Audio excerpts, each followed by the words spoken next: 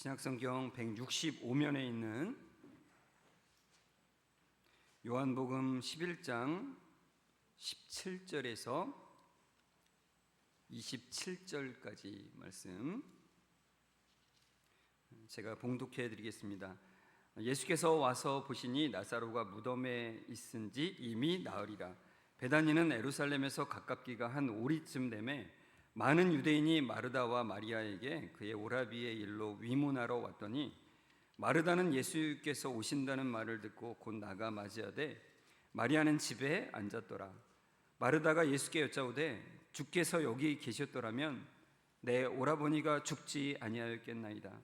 그러나 나는 이제라도 주께서 무엇이든지 하나님께 구하시는 것을 하나님이 주실 줄을 아나이다. 예수께서 이르시되 내 오라비가 다시 살아나리라. 마르다가 이르되 마지막 날 부활 때에는 다시 살아날 줄을 내가 아나이다.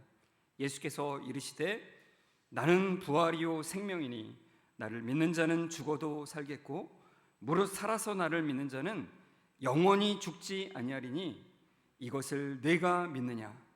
이르되 주여 그러하외다. 주는 그리스도시요 세상에 오시는 하나님의 아들이신 줄 내가 믿나이다. 아멘. 우리 옆 사람과 인사하겠습니다. 성도님 말씀에 은혜 되세요. 이렇게 인사합니다.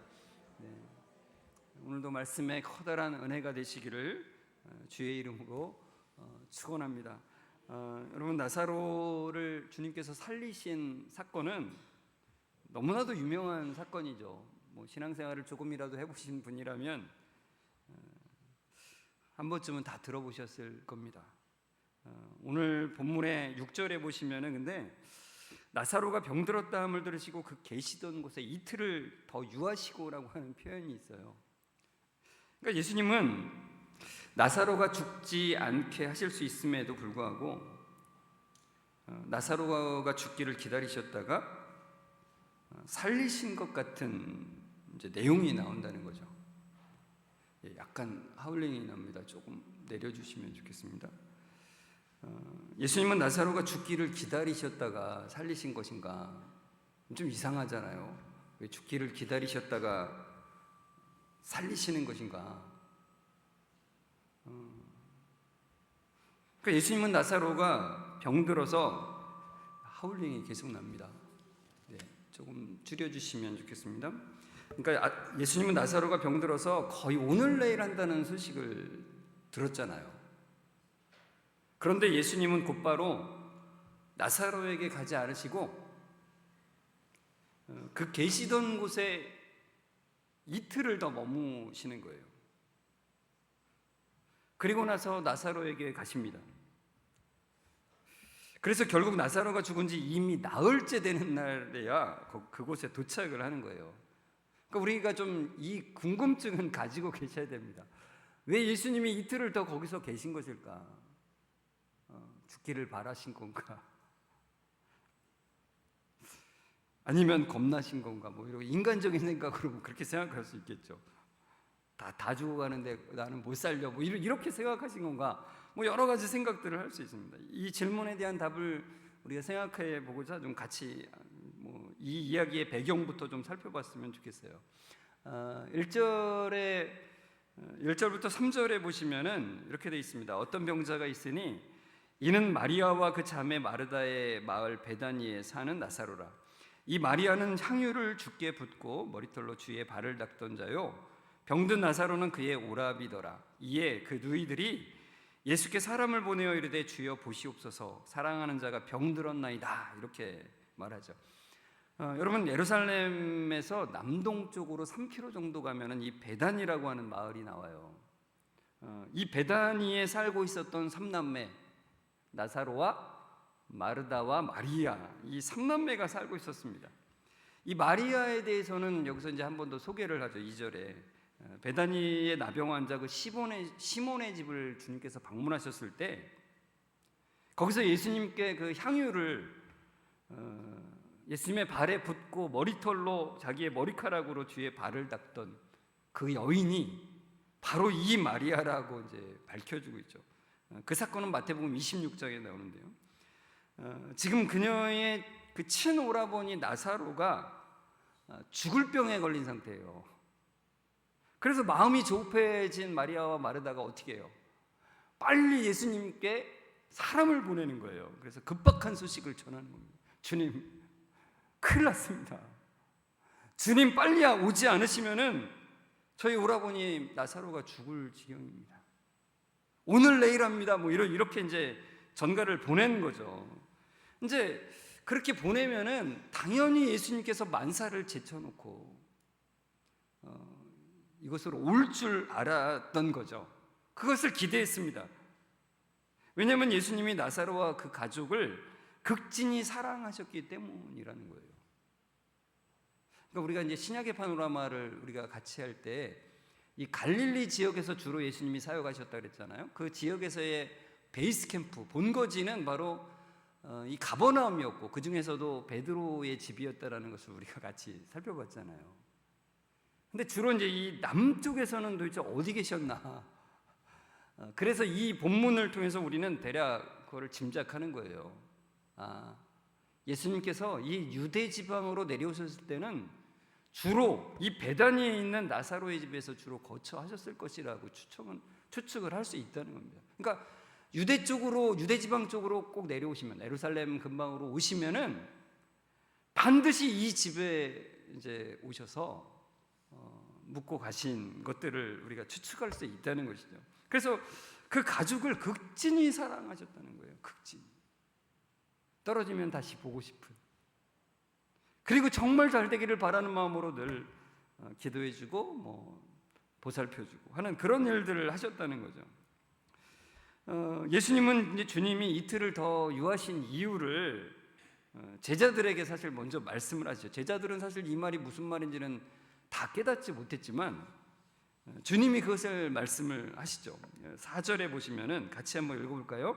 예수께서 들으시고 이르시되 이 병은 죽을 병이 아니라 하나님의 영광을 위하며 하나님의 아들이 이로 말미암아 영광을 받게 하려 함이라 하시더라.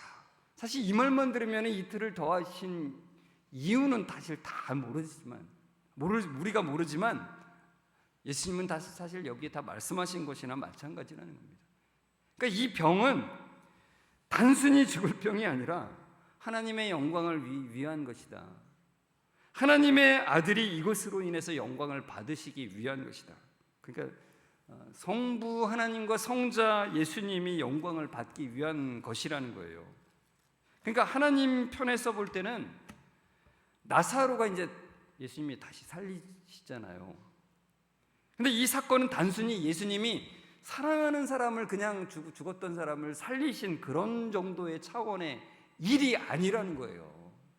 더 커다란 목적과 더 커다란 의미가 여기에 담겨 있다는 것을 미리 말씀하신다는 거죠.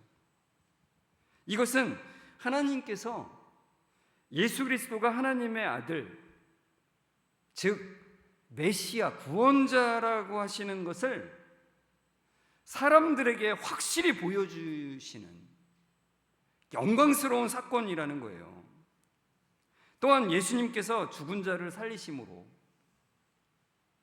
예수님이 앞으로 하실 일이 무엇인지를 분명하게 보여주시는 사건이라는 겁니다.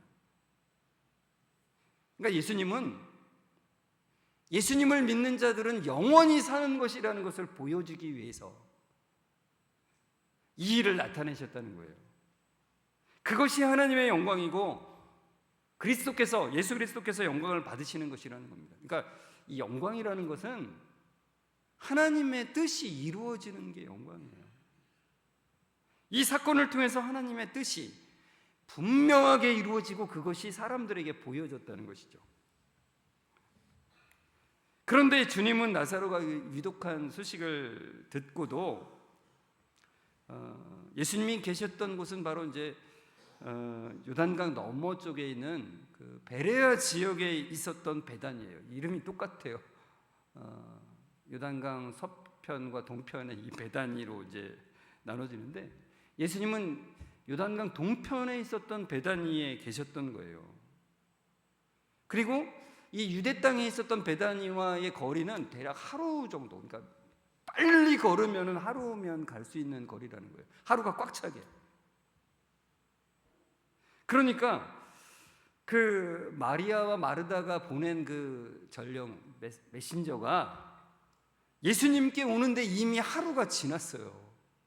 하루가 걸린 거예요. 그러니까 예수님이 지금 당장 가도 그 소식을 전한 지 한 이틀이 되는 그런 시간이 되는 거죠. 근데 예수님께서 바로 오시지 않잖아요. 더 이틀을 유하시는데. 그럼 이거는 마리아와 마르다의 입장에서는 얼마나 섭섭한 일이겠습니까? 야, 주님이, 그래서 이 마르다가 예수님이 오셨다는 소식을 듣고도 마르다는 나갔는데 마리아는 앉아 있잖아요. 무언의 시위인인 건지 얼마나 섭섭했겠어요. 주님이 하루길 정도에 계시다는 것을 알고서 사람을 보냈는데 바로 오시지 않은 것에 대한 서운함이 너무나 크겠죠. 예수님은 이틀이 지난 후에야 제자들에게 얘들아 유대로 다시 가자 이렇게 말씀을 하십니다. 그런데 이 말을 들은 제자들이 그래요. 8절에 보시면은 제자들이 말하되 랍비여 방금도 유대인들이 돌로 치려 하였는데 또 그리로 가시려 하나이까 그러죠. 그러니까 지금 유대에 있다가 이 베레아 지방으로 넘어온 것이거든요. 왜냐하면 사람들이 돌로 치려하는 것을 피해서 온 거예요. 그런데 다시 그 지역으로 간다는 거는 위험한 거잖아요. 예수님을 대적하는 사람들이 지금 유대 지방에 있는데 그곳을 다시 간다는 거는 어떻게 보면 죽을 각오를 해야만이 갈 수 있는 거예요. 매우 위험한 일이었죠. 그러나 예수님은 그런 위험이 있다고 해서 가시지 않을 뿐이 아니라 예수님의 가는 길은 하나님의 뜻이 이루어지는 길이라면 어디든지 가시는 거예요. 그게 바로 주님을 따르는 사람들도 마찬가지인 거죠. 성도들도 죽음의 위험이 있는 곳에도 그곳에 하나님의 뜻이 있다면 그곳은 가는 길이죠. 그래서 예수님과 제자들이 이제 이 유대 땅에 있는 베다니 나사로가 살던 그 마을로 오십니다. 그런데 예수님께서 베다니 나사로의 집에 도착했을 때는 이미 나사로가 죽은 거예요. 그리고 얼마나 지났어요? 나흘이나 지났다는 것이죠. 17절에 보면 나오죠. 예수께서 와서 보시니 나사로가 무덤에 있은 지 이미 나흘이라 그래요. 나흘째가 됐다는 거예요. 그 예수님이 왜 나흘째에 맞춰서 오셨는가? 이거에 대한 이야기들이 많아요. 근데 그 당시에 가진 생각들이 그 유대인들이 가지고 있었던 생각들 때문이라는 이유가 사실 가장 클 거라고 생각이 들어요. 유대인들은 어떤 생각을 가지고 있었냐면 사람이 죽으면 그 영혼이 바로 떠나가지 않고 3일째까지는 그 시체 주변을 맴돌다는 생각을 가지고 있었어요. 3일 동안 3일째까지 있다가 안 되겠구나 그리고 간다 이거죠. 인간적인 생각이죠. 그러니까 어떻게 보면 예수님께서 그것을 고려하셨다는 이야기는 3일째 안에 나사로를 살리면 죽은 영혼이 떠돌다가 들어왔다가 그냥 살아나는 건데 예수님이 살렸다라고 말할 수 있잖아요. 그러니까 예수님은 분명히 하신 거예요. 나사로는 분명히 죽었다. 분명히 영과 그 몸이 분리가 되었다. 이것을 분명히 하기 위한 것이라는 거예요. 그래서 예수님은 이틀을 더 머무시고 나사로를 살리시기에 가장 적당한 때를 기다렸다가 오셨다는 것입니다. 그래서 마르다는 예수님이 이곳에 함께 계셨더라면 저희 오라버니 나사로가 죽지 않았을 거라면서 한탄을 하죠. 여러분, 인간은 죽음 앞에서 사실 어찌할 바를 알지 못하고 사실 비통해합니다. 여러분, 죽은 사람이 살아납니까? 간절히 바란다고 살아나나요? 주님, 나사로도 살리신 주님께서 살려주십시오. 이렇게 기도할 수도 있죠. 불가능한 일은 아니라는 것을 성경이 우리에게 말씀해 주고 있어요. 그러나 일반적으로 죽은 사람이 살아나지는 않는 것을 우리가 너무나 잘 알죠. 그러니까 우리가 사랑하는 사람의 죽음 앞에서 슬퍼하고 비탄해하는 것은 당연한 일이죠. 그런데 여러분, 그 죽음이 우리 자신의 일이라면 어떻게 될까요? 여러분이 내일 병원에 갔는데 건강검진을 받았는데 말기암이라고 하는 판정을 받게 된다면 어떻겠습니까? 우리 가정을 하는 거랑 실제 그 일을 당하는 거는 참 다르죠. 오늘 방문하신 우리 정창일님 얘기를 제가 잠깐 드리려고 해요. 12년 전에 신장에 암이 생겨서 수술을 하시게 됐대요. 근데 그때 이제 그게 암이 작아서 수술을 해서 수술의 결과가 좋았다는 거죠. 그래서 완치를 받았어요. 근데 완치를 받았음에도 불구하고 그 자신이 암에 걸렸다라고 하는 그 트라우마, 그 마음의 충격이죠.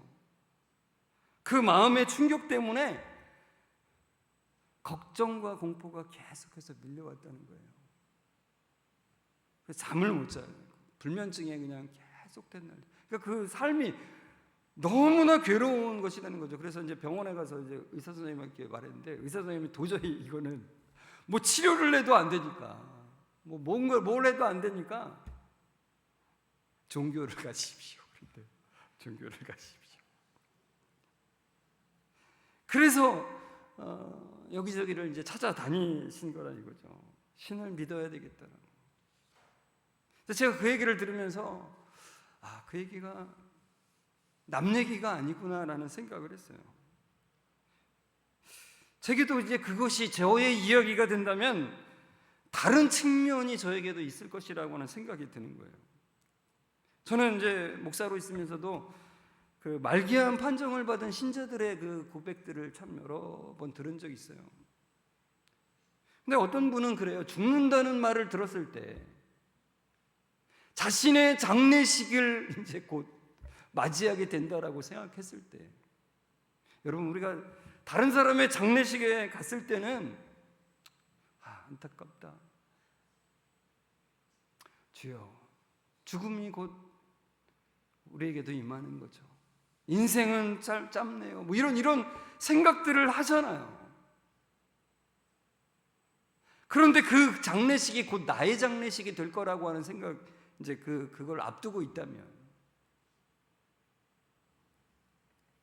어떤 느낌일까요? 여러분, 목사님들 중에서도 그런 고백을 해요. 다른 사람의 장례식장에서는 그 장례식 설교를 하잖아요. 저도 장례식 설교를 하는데 그 설교할 때는 그렇게 죽음 앞에서 당당할 것 같이 설교를 하는데 막상 자신의 장례식을 앞두고는 참 모든 게 흔들리는 것 같은 그 느낌을 받았다는 거예요.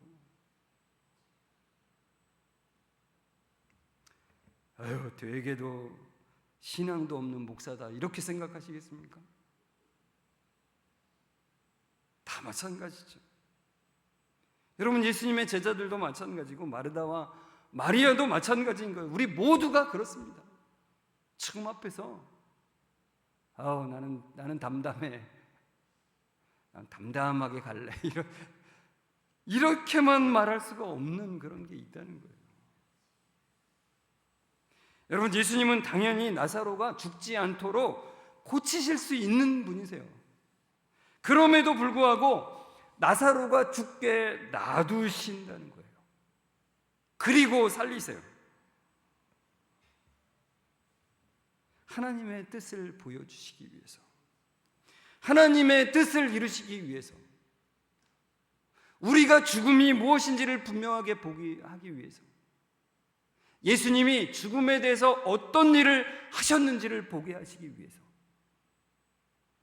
그것을 보고 우리의 믿음이, 우리의 신뢰가 자라도록 하게 하시기 위해서, 하나님의 영광을 믿게 하시기 위해서 이 사건을 일으키셨다는 것입니다. 예수님은 나사로를 살리기 전에 마르다에게 말씀을 하십니다. 마르다야, 내 오라비가 다시 살아날 거야. 그랬더니 마르다가 뭐라래요? 예수님, 마지막 날 부활 때에는 내가 다시 살아날 줄을 믿습니다. 이게 일반적인 유대인들이 가진 부활 신앙이었어요. 일반적인 그 당시에 가진 사람들의 생각이었어요. 그러나 예수님은 마르다에게 그들이 가진 지식을 뛰어넘는 진리를 말씀하세요. 그들이 가지고 있었던 자신들의 믿음을 뛰어넘는 진리를 말씀하신다는 거예요. 그 진리가 무엇입니까? 예수님이 말씀하세요. 나는 부활이요 생명이니 나를 믿는 자는 죽어도 살겠고 무릇 살아서 나를 믿는 자는 그 누구든지 영원히 죽지 아니하리니 이것을 내가 믿느냐, 이렇게 말씀하신다는 거예요. 여러분, 모든 사람은 죄를 범했죠. 아담 안에서 모든 사람은 하나님을 반역해서 떠났어요. 그로 인해서 죽음이 모든 사람의 왕이 되어버렸습니다. 모든 사람은 죽습니다. 죽음의 그늘 아래에 있어요. 그러나 예수님께서는 우리를 죽음에서 구하시기 위해서 십자가를 지심으로 우리를 죽음에서 건지셨어요. 죽으심으로 죽음을 죽이신 거예요. 말이 이상하죠. 예수님은 죽으심으로 죽음을 죽이셨어요. 그리고 부활하심으로 우리에게 그와 함께하는 자들이 영원한 생명을 누릴 수 있게 주셨어요. 그러니까 예수님과 하나 된 자들은 비록 육신이 죽을지라도 영혼은 하나님과 함께하는 영원한 생명을 얻게 되는 것이죠. 그리고 마지막 날에 우리의 육신은 신령한 몸을 입고서 다시 부활해서 영생할 것이라는 거예요. 그러니까 그리스도 안에 있는 자들은, 그리스도를 믿는 자들은 영원히 죽지 않는 건데, 그것은 다른 말로 말하면 진짜 죽지 않는다는 거예요. 진짜 죽음은 없는 거예요, 우리에게는.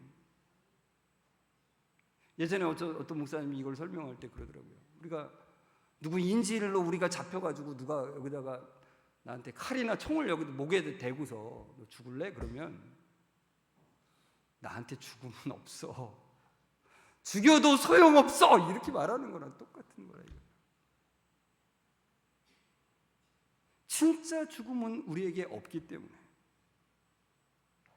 오직 영원한 생명이 우리 가운데 있을 뿐이라는 겁니다.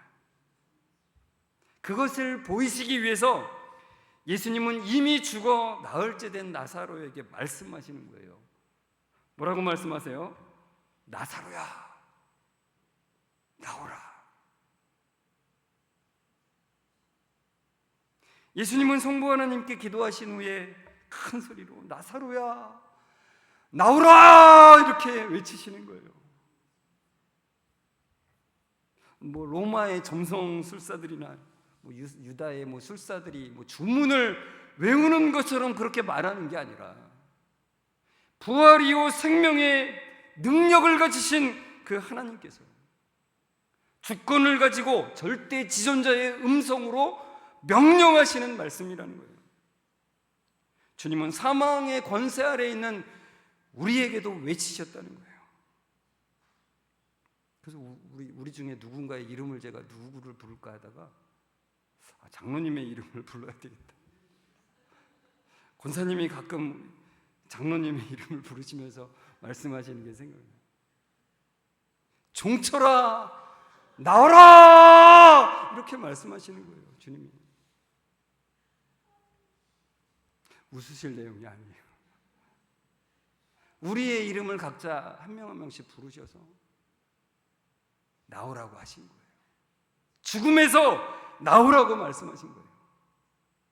그리고 주님은 아직 사망의 권세 아래 있는 자들에게 지금도 외치고 계세요. 그래서 오늘 방문하신 우리 방문하셨는데 제가 오늘 너무 많이 이름을 부르는데, 창이라 나오라 이렇게 말씀하시는 거예요. 창이라 나오라. 더 이상 죽음의 두려움 가운데 있지 말고 나오라 이렇게 말씀하시고, 너의 잠 못 자게 하는 그 죽음의 공포와 이 세상의 걱정 근심 가운데서 창이라 나오라.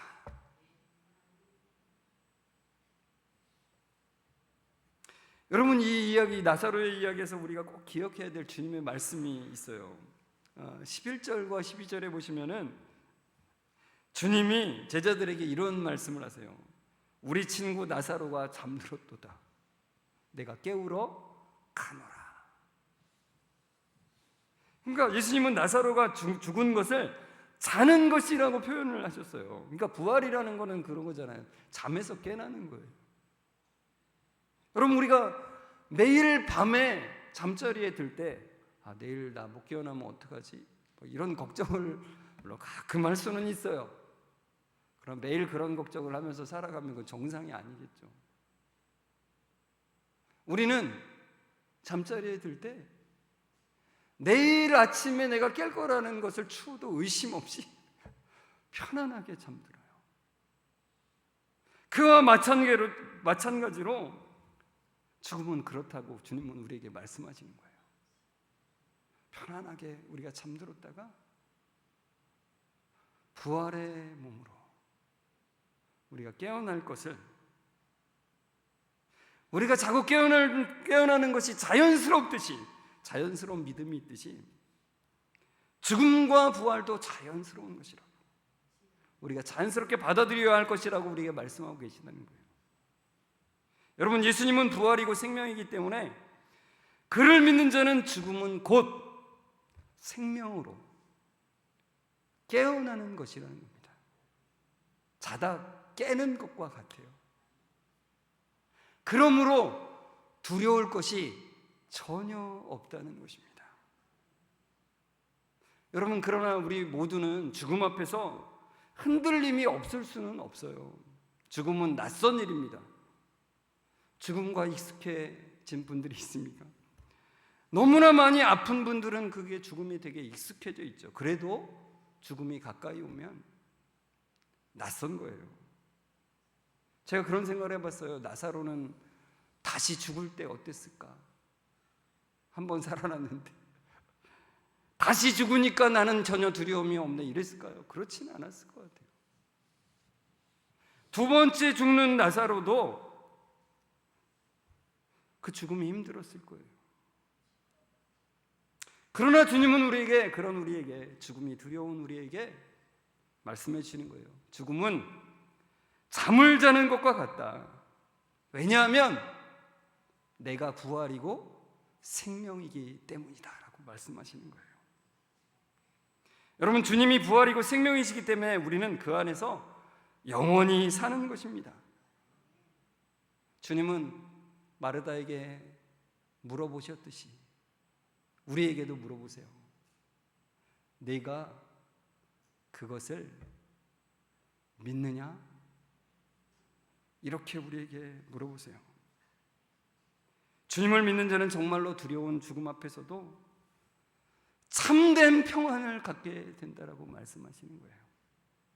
여러분, 부활이요 생명이신 주님을 확신함으로 말미암아 죽음의 두려움에 계속 끌려가는 인생이 아니라 주님이 주시는 그 참된 평안을 누리는 귀한 하나님의 자녀들 되시길 주의 이름으로 축원합니다. 이 시간의 말씀을 생각하면서 찬송가 365장 4절을 같이 불렀으면 좋겠습니다. 여기 가사가 이렇게 돼 있어요. 죽음 앞에 겁을 내는 자요. 그래서 제가 생각했죠. 죽음 앞에 겁을 내는 자요. 저한테 말하게 되더라고요. 우리는 다 겁을 내는 자들이죠. 그러나 주님 앞에 아뢰고 부활이요 생명이신 주님, 죽음을 이기신 주님과 함께하기를 원합니다. 생명을 누리기를 원합니다라는 고백으로 같이 불렀으면 좋겠습니다.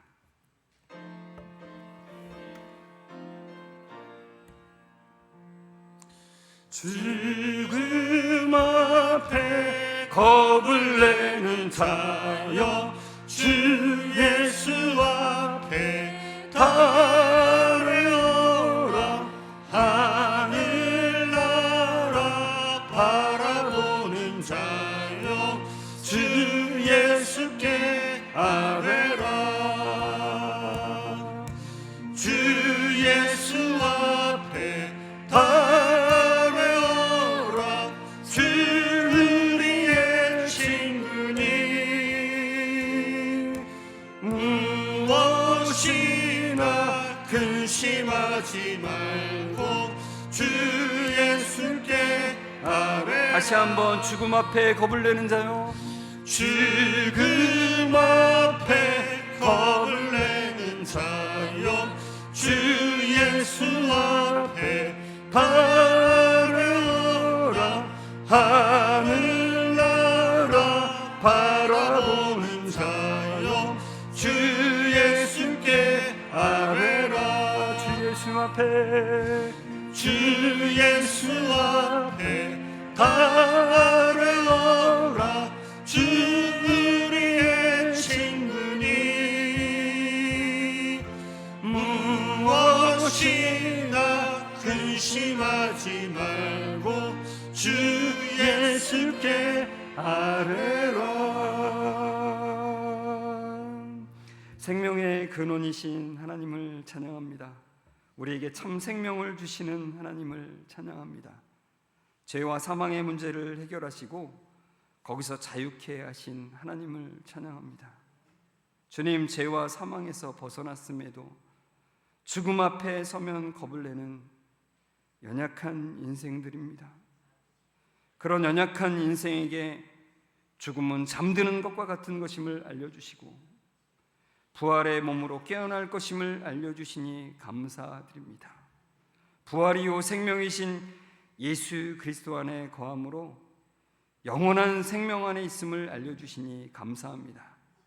주님, 우리 성도님들 기억해 주셔서 부활이요 생명이신 예수 그리스도의 생명의 능력을 확신하며 살아가는 삶들이 되게 하여 주옵소서.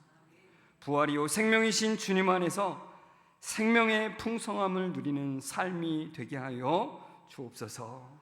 부활이요 생명이신 예수 그리스도의 이름으로 감사하며 기도드리옵나이다. 아멘. 우리 주 예수 그리스도의 은혜와 하나님의 사랑하심과 성령님의 교통하심이 부활이요 생명이신 주님 안에서 영원히 죽지 않음을 신뢰하며 나아가는 우리 모든 성도들과 그 가정 위에 지금부터 영원까지 함께 있을지어다. 아멘.